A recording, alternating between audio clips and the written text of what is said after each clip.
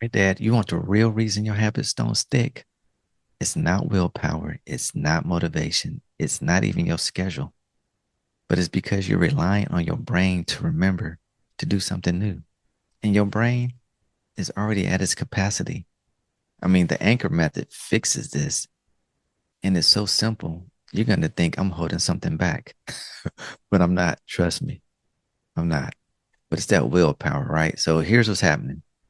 You get home from your shift, you're tired, you're hungry, you dealt with some unsavory people, right? Over the last 12 hours, however many hours, and your mind is still processing three different calls. You walk into the door thinking about food, decompressing, about that report you still need to write, and you're supposed to remember in that moment, oh, yeah, I'm supposed to be connecting with my daughter differently now. And it's not happening, not because you don't care, but because your brain is already at the decision of fatigue. And you know what doesn't require decisions? Things you do automatically. You don't decide to get in your truck after your shift. You just do it, right? It's a trip. You don't decide to pour coffee in the morning. You just do it. You don't decide to sit down for dinner. You just do it. These are anchors. They happen without thought, and that's exactly why they work. The anchor method works because it hijacks a method you already do reliably and attaches a new behavior right after it. So the formula is simple. And here's a perfect example. After I get in my truck after my shift, I will text my daughter one emoji before I start the engine. Or after I pour my morning coffee, I will read one Bible verse for 30 seconds. Or after I sit down for dinner, I'll make eye contact with my daughter and ask her a question before I eat. So if you notice what's happening here, you're not relying on memory. The anchor triggers it. You're not relying on motivation. It's so small, right? It doesn't even require energy. And you're not relying on the perfect condition because you're doing the anchor anyway.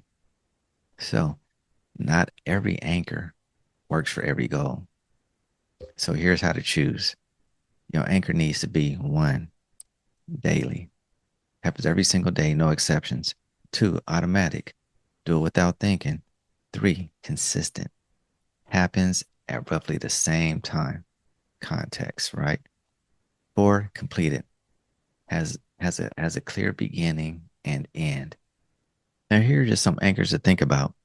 What do you do when you walk in the door after work?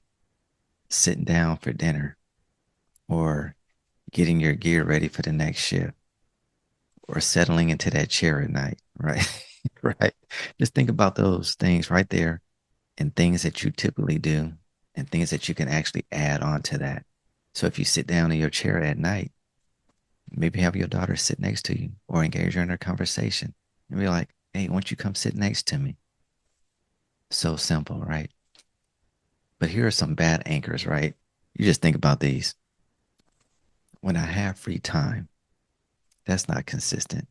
When I feel like it, that's definitely not automatic. And now you're just going to leave. You just basically you're just leaving it at chance at this point. On my days off, that's not daily. Oh, that's such an excuse. And that's a poor one. And that's just from somebody that's actually just disconnected. So you just think about where you are. But once you have your anchor, attachment is critical. And just here are some rules for the attachment. One, immediately after, not sometime after, not later that evening, but immediately. Number two, have it so small that it's embarrassing, even if it takes more than 10 seconds at first. It's not too big. Three, specific and clear. Just connect better. It's not that attachment. Make the eye contact, right? For 3 seconds. For 3 seconds. Walk in the door after shift. Before I put my gear down, find my daughter and make eye contact for 3 seconds. That's it. That's the whole thing. 3 seconds. You're probably thinking, man, that's too small. That's too small to matter. That's exactly the point. It is too small to fail at, and it's not too small to matter. It's small enough to build, though. And that's the thing. So, right now, before you move on, step one, write down three things you do every single day without thinking. And then step two, pick one that happens closest to when you want to connect with your daughter. And step three, decide on the 10-second action plan you attach to. Don't move to the next video until you have this stuff down. I'm serious because the anchor is a foundation.